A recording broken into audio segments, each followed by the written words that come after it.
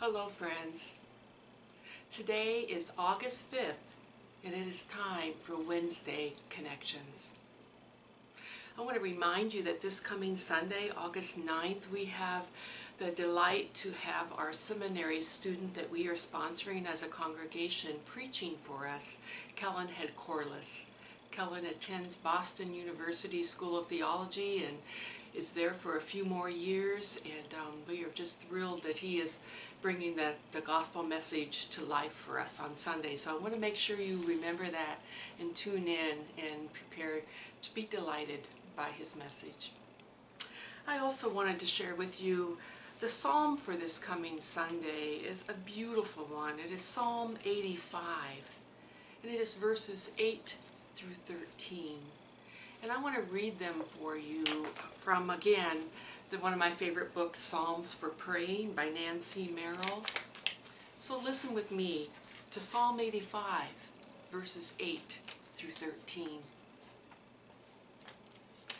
Listen, O people, in the silent chapel of your heart, and the beloved will speak of peace to you. To the hidden saints, to all who turn their hearts to love. Surely new life is at hand for those who reverence love. Oh, that harmony might dwell among the nations. Steadfast love and faithfulness will meet. Righteousness and peace will embrace one another. Wisdom will spring up from the ground, and truth will look down from the sky. Yes, the eternal giver will grant what is good, and the lands will yield abundantly. Mercy and compassion are love's way, and will guide our footsteps upon the path of peace. I really like that psalm because I think it really talks a lot about the good news of God's promise to be with us on our life's journey and on the path that is before us, and that the path we are on right now. And that goodness and righteousness will ultimately prevail as well. I really love also the image that I got from this. I looked at this Psalm 85 and different translations, and it was always the image of God walking beside us, with us, preparing the way for us. How many times have we all prayed when we're going into situations that we know may be a personal challenge? God, prepare the way and help me to be the best light that I possibly can be in this hard, challenging time. So I really like that image too, that God is with us.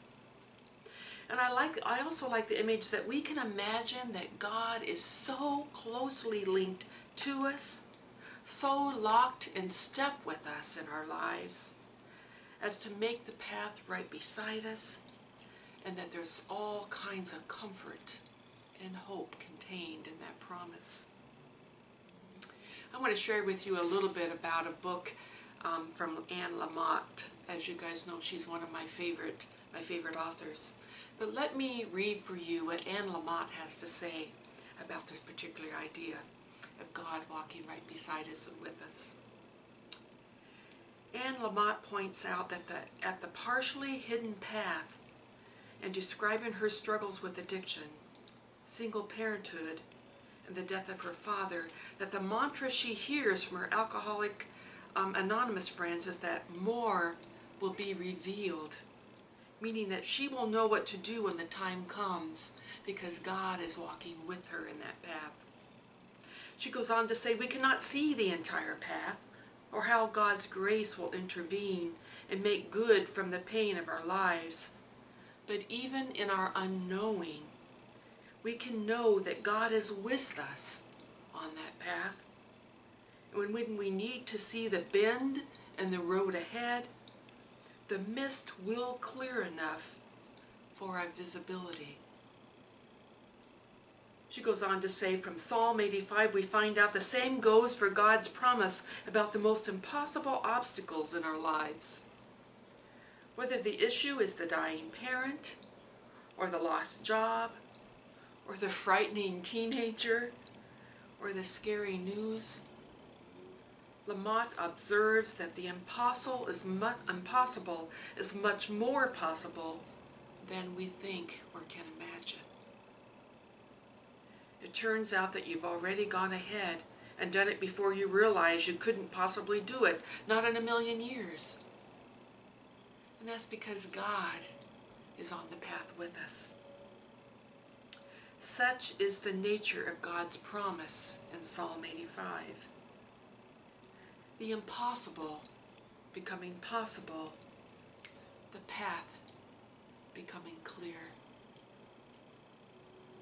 Friends, may you allow this Psalm 85 to give you hope and comfort in these days as we continue this strange journey of COVID and addressing racism and all of the other isms in our world that are being brought to light.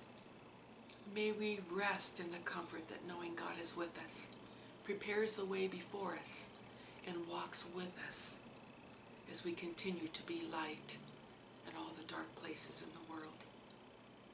It's really good to be with you again, and I want to remind you of how much I miss being with you in person, and that I look forward to seeing you very soon.